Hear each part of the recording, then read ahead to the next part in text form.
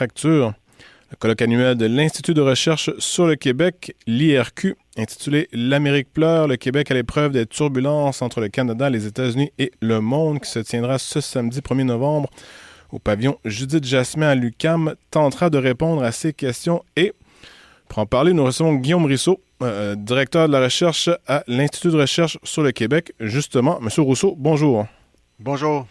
Et bienvenue. Bon, j'ai mentionné brièvement les thèmes du colloque annuel de l'IRQ, mais quels seront les sujets abordés le plus précisément? Oui, donc on aura comme conférencière d'ouverture Louise Baudouin, donc qui a été, comme vous savez, ministre responsable des Relations internationales du Québec. Donc elle va vraiment faire le point justement sur ces relations internationales du Québec, comment défendre les intérêts nationaux, internationaux du Québec. Donc ce sera la grande conférence d'ouverture.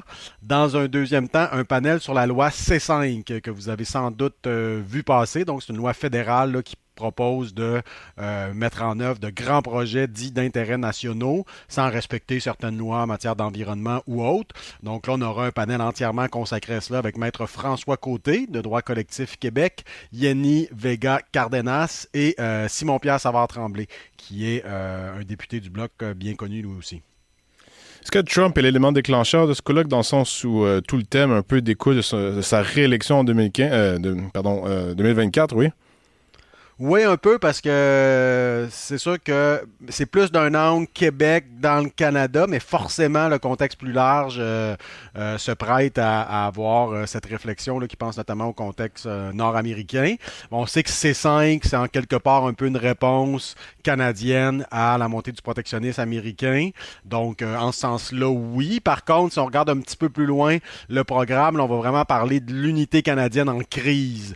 Et cette unité canadienne en crise-là, je pense que ça dépasse largement et ça précède les tensions avec les États-Unis. Donc, on va parler d'autonomisme et de souverainisme en Alberta avec un professeur de UBC. Puis, on va parler du rapport sur les enjeux constitutionnels avec les professeurs Binette, Godbout et Maître Sébastien Proulx. Puis on va parler de la montée du souverainisme chez les jeunes avec Camille Goyette-Gingras. Donc vous voyez que c'est un petit peu plus large que ça, mais c'est sûr que tout le contexte nord-américain et la montée du protectionnisme américain, je pense que ça va souvent revenir et qu'on verra des liens entre toutes ces thématiques plus québécoises ou québéco-canadiennes et le contexte nord-américain plus large. Mais justement, on parle d'unité canadienne, ça fait une nouvelle, on parle de l'Alberta. Qu'est-ce que les gens vont pouvoir apprendre avec les panélistes qui vont être là? En résumé, bien sûr, sur la question de l'unité canadienne qui est peut-être plus effritée que jamais, plus fragilisée que jamais. Oui, très bon point. Donc, on a vraiment la chance d'avoir quelqu'un de l'Ouest canadien. Donc, c'est assez rare, finalement, au Québec, qu'on a vraiment quelqu'un qui, c'est un politologue qui s'intéresse aux questions constitutionnelles et qui a un point de vue, je pense, plutôt autonomiste. Donc, ça va être intéressant vraiment d'entendre quelqu'un de l'Ouest canadien. Donc, ce sera notre seul conférencier qui ne sera pas présent physiquement. Donc, il sera à distance, mais pourra répondre aux questions. C'est Geoffroy Sigalet, je me trompe? Oui, Geoffrey Sigalet. Bien connu là, chez les... en fait, il fait partie de la relève en droit constitutionnel sur les questions donc de constitution canadienne. C'est vraiment un des professeurs les plus en vue dans la nouvelle génération. Donc, c'est vraiment un de ceux qui est un allié du Québec dans plusieurs dossiers, notamment dans le dossier de la disposition de souveraineté parlementaire, la fameuse clause dérogatoire qui permet aux provinces de protéger leurs lois contre des contestations et des jugements des juges nommés par le fédéral. Donc, lui, il est sur ce dossier-là, il défend une position proche de celle du Québec. Et là, vraiment, il va nous parler de ce qui se passe en Alberta, parce qu'on en entend un peu parler dans les médias. On voit que Danielle Smith prépare peut-être un référendum, ou en tout cas permettrait un référendum sur la souveraineté. Elle a des revendications très fortes à l'égard du fédéral. Et souvent, elle s'inspire du Québec. Donc, par exemple, récemment, elle nous disait qu'elle voulait que l'Alberta ait, comme le Québec, ce qu'on appelle la doctrine Gérin-Lajoie. C'est-à-dire que la province va avoir ses propres relations internationales et pourrait même décider de ne pas mettre en œuvre des traités signés par le fédéral dans les champs de compétences des provinces. Donc, de manière à se donner un rapport de force puis à s'assurer que le fédéral inclut les provinces dans ses négociations internationales. Donc, là-dessus, je pense qu'elle s'inspire du Québec. Mais rendu là, c'est une indépendance de fait, ou presque. Ouais, en tout cas, c'est une autonomie accrue. Et de l'autre côté, le Québec s'intéresse et s'inspire aussi de l'autonomisme albertain, puisqu'il y a eu une loi qui a été adoptée il y a quelques années, une loi sur la souveraineté de l'Alberta dans un Canada uni. Et là, le gouvernement du Québec vient de déposer un projet de loi 1 qui a attiré beaucoup l'attention là, avec sa première partie sur la Constitution québécoise. Mais il y a une deuxième partie qui est une loi sur l'autonomie constitutionnelle du Québec. Et là, c'est directement inspiré par la loi sur la souveraineté de l'Alberta. Donc, c'est une loi qui vise à s'assurer que le Québec défende ses compétences et réagisse rapidement lorsqu'il y a des ingérences de la part du fédéral. Donc, vraiment, on est dans une période de l'histoire où il y a un fort autonomisme albertain, voire un fort autonomisme québécois, puis en même temps, également, un certain souverainisme albertain, un certain souverainisme québécois. Alors, je pense que de faire le point là-dessus avec quelqu'un qui nous vient de l'Ouest canadien, ça va être extrêmement intéressant. Quel est l'objectif du colloque et peut-être même de l'IRQ là, qui bien sûr organise le colloque dont on parle? Est-ce que l'objectif est simplement, j'allais dire, de se parler entre intellectuels ou c'est ouvert au public? Et ce qu'on veut, en gros, c'est préparer le grand public avec les outils, les concepts nécessaires pour pouvoir anticiper ce qui vient dans un avenir très rapproché ou c'est plutôt, comme j'ai dit, là, entre penseurs intellectuels pour brasser des idées? Est-ce que c'est un peu des deux? Ouais, c'est ce que j'allais dire. C'est un peu des deux dans le sens où les conférenciers, c'est essentiellement soit effectivement des intellectuels, mais en même temps aussi beaucoup des praticiens, hein, beaucoup des gens qui ont été en politique comme Louise Baudouin, Sébastien Proulx, ou sinon beaucoup des professeurs d'université ou des jeunes intellectuels de la relève comme Vincent Vallée et un autre professeur qui sera là, Marc Chevrier, pour nous parler de laïcité. Qu'on a reçu ici d'ailleurs. Ben oui. Donc voilà. Donc c'est beaucoup parmi les conférenciers, c'est davantage soit des intellectuels, soit des politiques. Mais ensuite, effectivement, c'est abordé de manière à la fois rigoureuse, souvent en référant à des travaux de recherche, c'est souvent des gens qui ont fait des bouquins. C'est le cas de Simon-Pierre Savard-Tremblay, c'est le cas de Marc Chevrier, qui ont fait des bouquins là, sur les sujets dont ils viendront nous parler, ou encore des études. Pierre Serré, Édouard Baraton, c'est des gens qui en ce moment préparent des études pour l'IRQ et qui nous présentent nous présenteront les premiers résultats de recherche. Alors, c'est rigoureux, très scientifique comme approche, mais en même temps avec une volonté d'être compréhensible. Donc, l'idée, c'est d'être à la fois savant et accessible, ce qui n'est pas toujours facile, mais généralement, on y parvient plutôt bien. Et effectivement, donc c'est ouvert au large public, même aux médias. Parfois, il y a certaines années où on a des journalistes qui couvrent l'événement. Et ensuite, il peut y avoir parfois un volet programmatique, c'est-à-dire qu'on n'est pas seulement sur des gens qui nous disent « Voici ma question de recherche, ma métaux, ma réponse, et je ne vais pas plus loin parce que mes résultats de mes recherches ne me permettent pas d'aller plus loin. » Parfois, il peut y avoir des conférences un petit peu sous ce format-là, mais habituellement, c'est un peu plus, certaines conférences sont plus sous la forme d'essais, ou encore il peut y avoir un volet plus recherche, plus formel avec méthodologie et tout, mais souvent le conférencier va se permettre d'aller plus loin en conclusion, de dire, à la lumière de tel résultat de recherche, mais peut-être qu'il faut telle solution. Puis là, on tombe dans quelque chose de plus programmatique, de plus politique, et ça, c'est susceptible d'intéresser beaucoup le grand public et les médias le cas échéant. Et quel sera votre sujet personnellement? Oui, donc moi, je vais présenter le rapport dit Pelcha-Rousseau, donc sur la laïcité de l'État. Donc, j'ai eu la chance de rédiger avec Maître Christiane Pelcha, donc étant les deux coprésidents du comité qui avons rédigé ce rapport-là. On pourra le présenter là, à l'occasion du colloque samedi prochain. Donc, le thème de la laïcité est important quand on pense que Marc Chevrier va aussi discuter de la question. Donc, est-ce que c'est l'actualité, bon, non seulement la publication de votre rapport, mais les différents scandales, du moins histoires qui ont fait les manchettes là, en ce qui a trait à la laïcité. On pense à l'école de Bedford notamment, dans les derniers mois et même dans les dernières années, là, qui faisait qu'il fallait absolument parler de laïcité lors de votre colloque.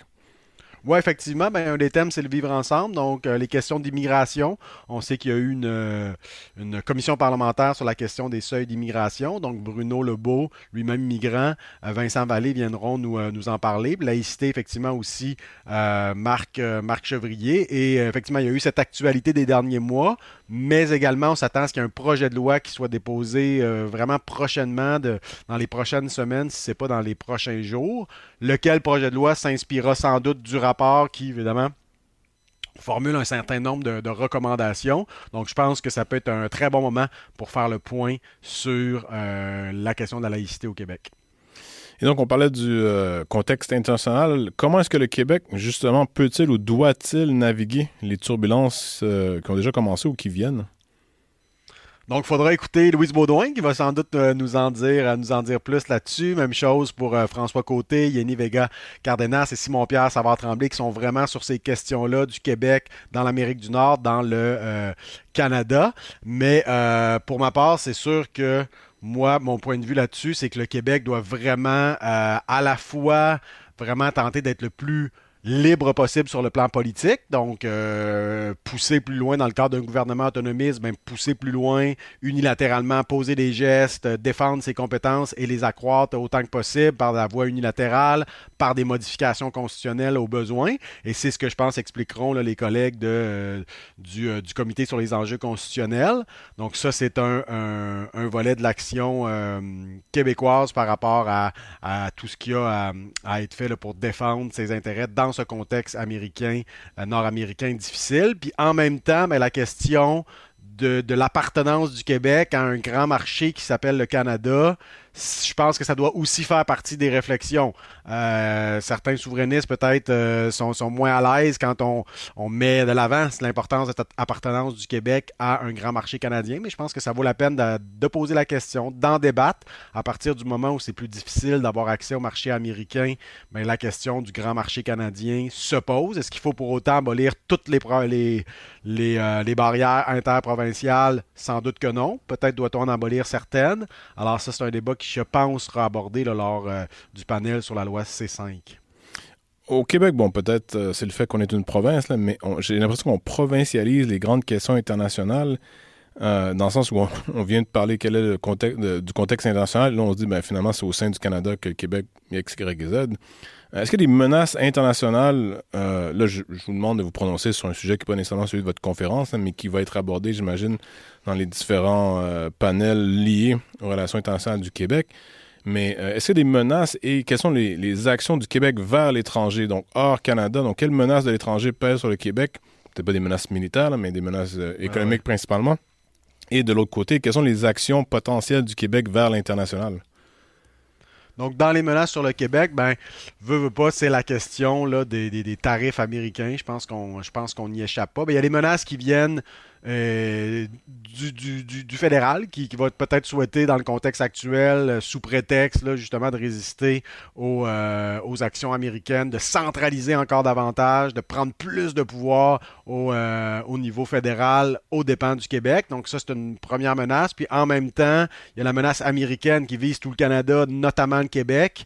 Alors c'est pas évident parce que le Québec doit à la fois effectivement se défendre face aux tarifs américains susceptibles de nuire à son économie. Puis une des parties de la solution, c'est effectivement cette appartenance au marché canadien, mais l'appartenance au marché canadien puis la volonté de favoriser la libre circulation au Canada ne doit pas être un prétexte pour une centralisation fédérale qui nuirait à l'autonomie du Québec. Alors c'est comme deux menaces qui s'ajoutent et que des fois on pense que c'est pour résister aux Américains, il faut accepter une tutelle canadienne plus grande. Je ne pense pas. Donc je pense qu'il y a une voie de passage, mais c'est pas toujours évident, mais une partie de cette voie de passage-là, c'est probablement que le Québec, par son action internationale autonome, se doit vraiment de chercher et de développer des marchés autres que les États-Unis et le Canada, donc en dehors de l'Amérique du Nord. Ça, je pense que c'est probablement une des solutions qui sera sans doute abordée samedi.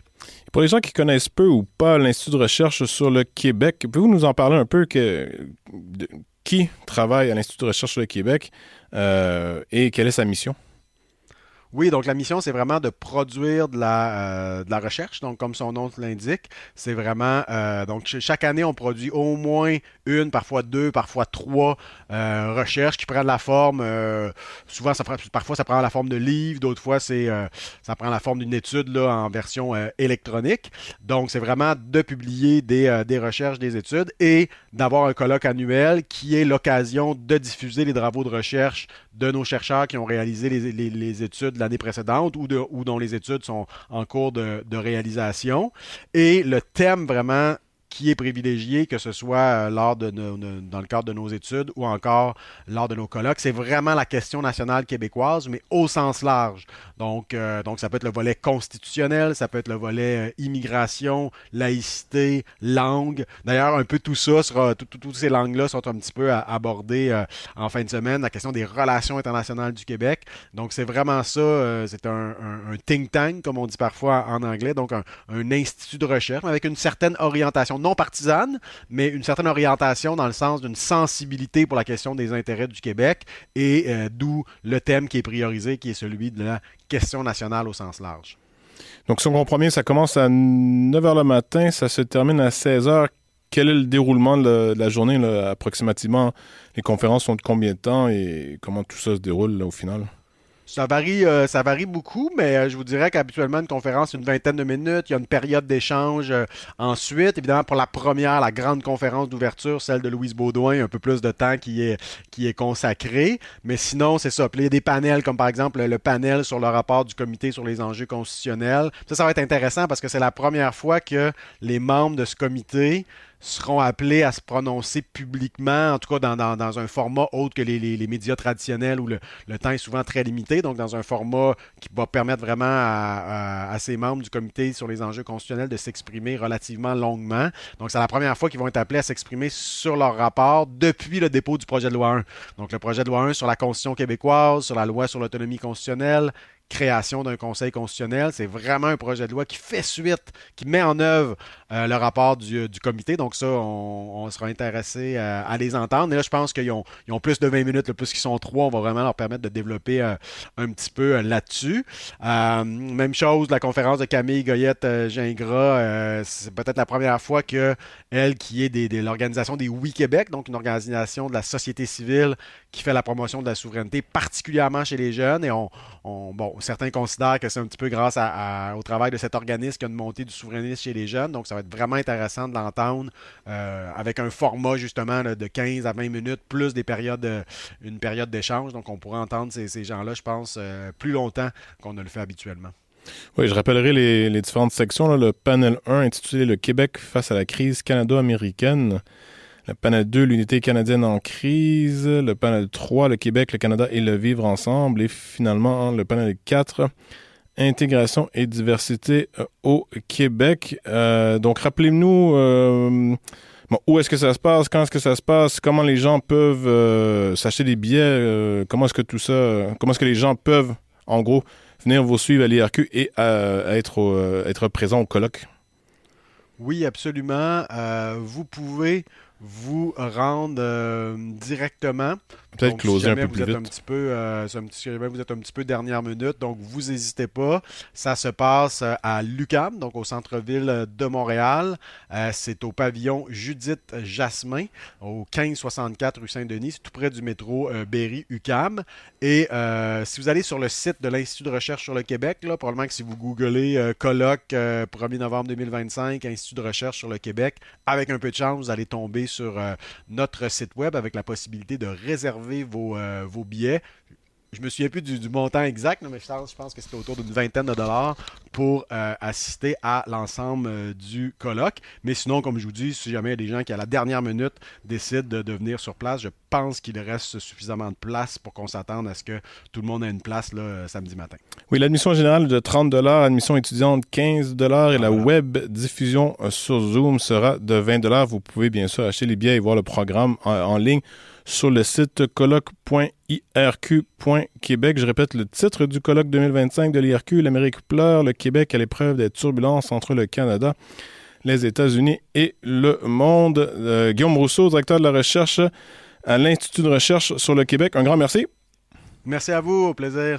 Tous ceux qui nous écoutent, merci également à la technique Daniel Fortin, ici Philippe Labrec, et je vous invite à rester sur les ondes de Radio-VM.